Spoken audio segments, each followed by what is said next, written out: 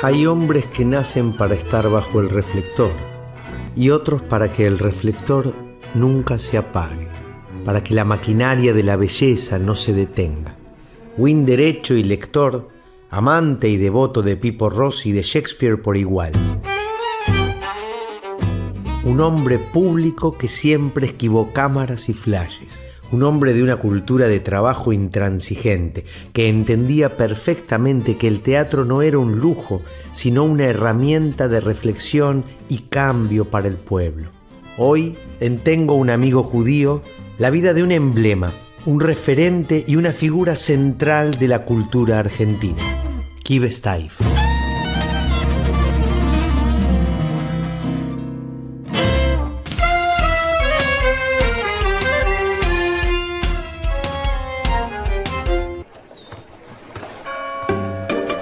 Nuestro protagonista nace bajo el cielo limpio y celeste de Escriña, un pueblo rural de Entre Ríos, un 19 de octubre de 1927.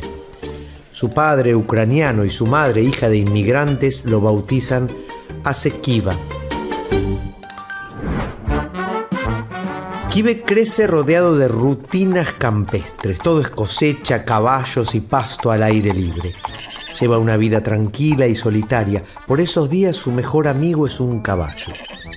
Su caballo es su confidente y su amigo, a quien le cuenta sus miedos y sus sueños, y con quien pasa largas jornadas cabalgando hacia el pueblo para buscar la correspondencia.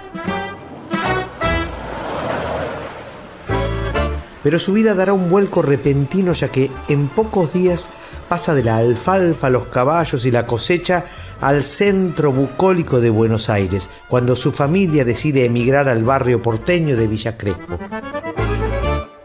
El cambio de escenario no modifica mucho las cosas.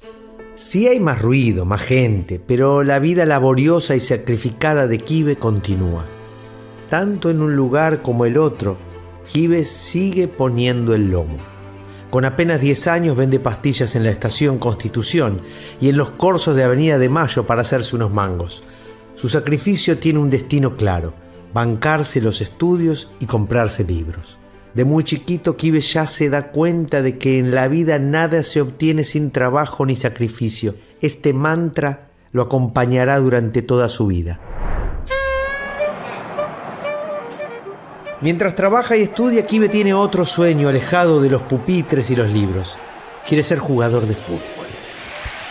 Y se ve que jugaba bien, ¿eh? River Plate, el club de sus amores, manda a algunos directivos a verlo jugar. El veredicto es unánime: che, este pibe, crack. Ahí nomás lo invitan a sumarse a las divisiones formativas.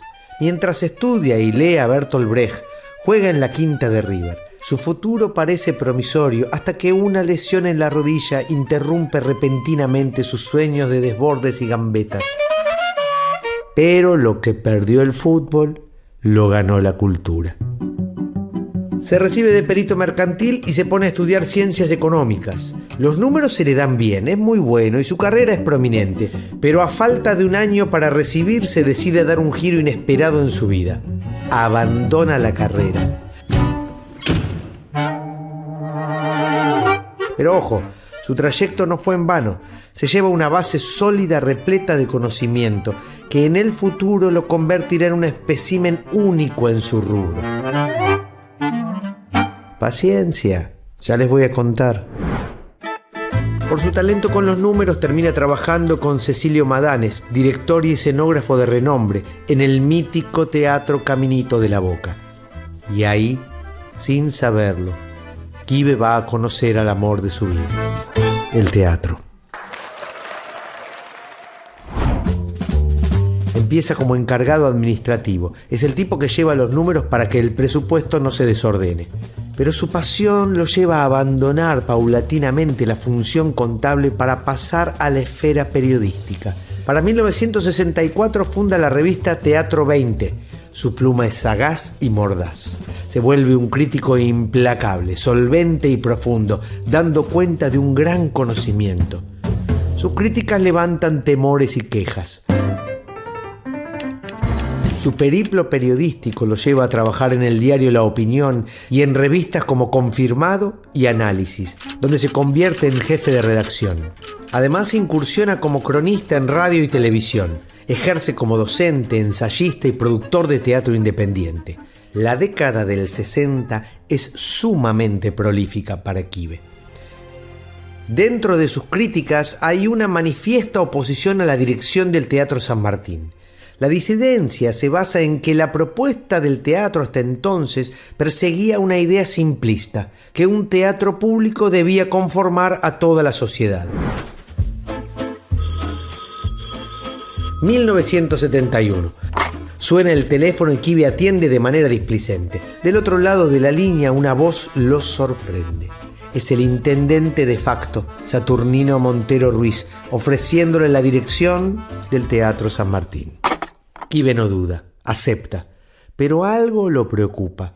Llegó el momento de demostrar aquello que estuvo exigiendo desde la prensa. Y él bien sabe que a los jugadores se los ve en la cancha. Rápidamente Quibe demuestra que su desembarco va a ser audaz. Lo primero que hace es presentar Un enemigo del pueblo, una obra de Ibsen adaptada por el comunista Arthur Miller. Su segunda puesta en escena es Nada que ver, de la dramaturga Grisela Gambaro, reconocida por su constante denuncia en contra del autoritarismo, la represión y la violencia institucional. Ambas propuestas causaron un cimbronazo en el público que no está acostumbrado a que el teatro programe obras de ese calibre conceptual y alejado de la complacencia política. Al poco tiempo se la juega poniendo en cartel El Círculo de Tiza Caucasiano, siendo el responsable de estrenar por primera vez en un teatro público argentino un texto de Bertolt Brecht. El Teatro San Martín desde entonces empieza a ser visto de otra manera. En 1973, con el cambio de gobierno, deja la dirección del teatro para volverse a incorporar en 1976, una vez producido el golpe de Estado. Su gestión durante los años de plomo es hasta hoy motivo de análisis y polémicas que giran en torno a dos vertientes. Por un lado, quienes lo acusan de capitular frente a los requerimientos de la dictadura militar. Y por otro, quienes sostienen que en esos años el San Martín fue una especie de isla, un refugio de resistencia cultural. Quibe va a sostener que para los militares el teatro era un arte menor, poco representativo e inofensivo, por lo que no sufre una censura implacable como sucede con la televisión o el cine en esos días. Así, mientras afuera reina la censura y la persecución, dentro del San Martín trabajan actores y actrices que figuran en las listas negras. María Rosa Gallo, Alejandra Boero, Osvaldo Terranova, Ernesto Bianco.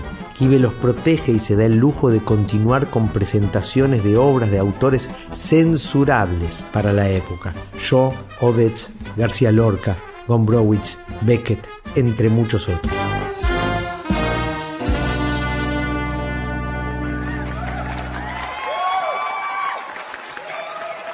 Quibe tiene una frase para él y para los actores. Si la obra es buena y tiene éxito, no se mete nadie. Así de fácil. Con la democracia se come, con la democracia se educa, con la democracia se cura. Pasados los años de oscuridad retorna la democracia, la gente de la cultura que fue perseguida y obligada a exiliarse regresa al país. Quibe tiene una sensación extraña y molesta que lo obliga a meditar acerca de su continuidad. Siente que una nueva Argentina merece gente nueva en su lugar. Pero mientras prepara su salida recibe un llamado que lo cambia todo. Ernesto Sábato, en nombre del presidente Raúl Alfonsín, le pide que se quede en la dirección del Teatro San Martín. De alguna manera, esto es la confirmación de que en la oscura etapa de la dictadura cívico-militar, Quibe logró que durante su gestión el teatro fuera un refugio. Los años 80 representan la época de oro del San Martín. Buenos Aires es una ciudad renacida y efervescente con sed de cultura. Quibe trae a figuras del calibre de Tadeusz Kantor, Pina Bausch, Marcel Marceau y Kazuo Ono. Además le da revancha a artistas censurados durante la dictadura y programa obras con textos de Aida Bortnik y Tito Cosa, entre otros. El teatro cuenta en esos días con un elenco estable de lujo. Elena Tacisto, Alicia Verdagsagar, Horacio Peña, Ingrid Pellicori, Roberto Carnaghi y Alberto Segado. Por esos días crea la Sala Cunill Cabanelas, sobre un depósito del subsuelo del teatro, y monta una fotogalería curada por la genial Sara Facio. Y como si esto fuera poco, se encarga de fundar el grupo de danza contemporánea y el de titiriteros. El San Martín está en su esplendor. Es una nave insignia de la democracia, porque su director entiende que el teatro no es un instrumento de entretenimiento, sino una herramienta para transformar la realidad de las personas. Son esos años donde la figura de Quibe, que siempre está detrás de bambalinas, se agiganta, porque es una rara avis dentro de los directores de teatro. Es una figura presente que por sus conocimientos contables negocia los sueldos directamente con los actores, ve las obras, corrige, habla con los artistas y siempre aparece en camarines para la primera y la última función. Es un director cercano que además, por su prestigio, genera la búsqueda de aprobación por parte de los actores. Durante toda la gestión alfonsinista, hablar de Quibe es hablar del San Martín, y hablar del San Martín es hablar de Quibe. ¡Síganme! ¡Les pido que me sigan! ¡No lo voy a defraudar! La llegada de Menem lo encuentra desfilando por distintos sectores de la gestión pública. Primero, director de Asuntos Culturales del Ministerio de Relaciones Exteriores y responsable de la programación artística argentina en la Expo Sevilla 92. Para luego, en 1996, embarcarse en uno de sus mayores desafíos, dirigir el Teatro Colón. Pero según él mismo, su gestión pasa desapercibida. No logra adaptarse a las rígidas estructuras del prestigioso teatro. Es un paso en falso. Sin embargo, el tiempo le da revancha.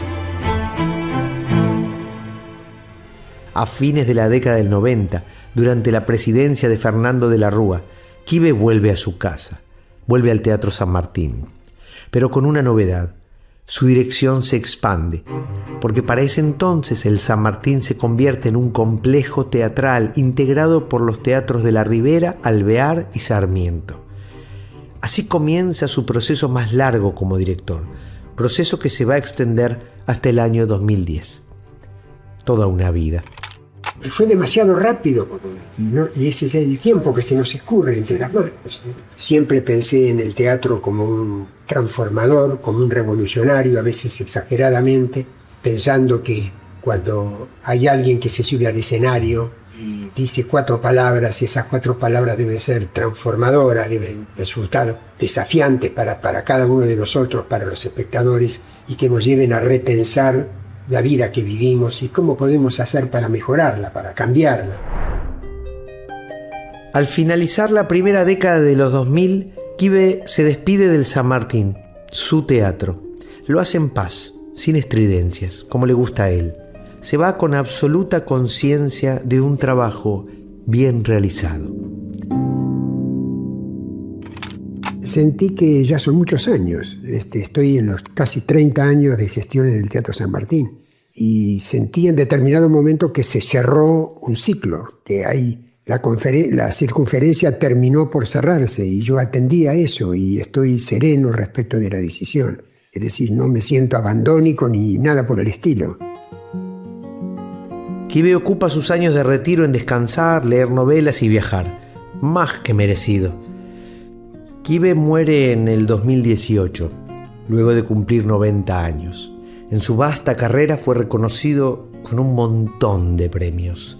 La Orden de las Artes y las Letras, otorgada por el gobierno francés, un par de premios Konex, la declaración Personalidad Destacada de la Cultura por parte de la legislatura porteña y el doctorado honoris causa de la ciudad de Buenos Aires. Su despedida estuvo cargada de reconocimientos de colegas y artistas que destacaban su tenacidad y versatilidad puestas al servicio del teatro. Quive podía pasar de discutir una adaptación de una obra de Shakespeare a levantar colillas de cigarrillos en la puerta. Su figura no necesitó el clamor de los aplausos ni los flashes de las cámaras. Siempre tuvo la convicción de que el teatro debe ser revolucionario, que debe obligarnos a repensar la vida y que la gestión cultural es, por sobre todas las cosas, un acto de amor y prepotencia de trabajo.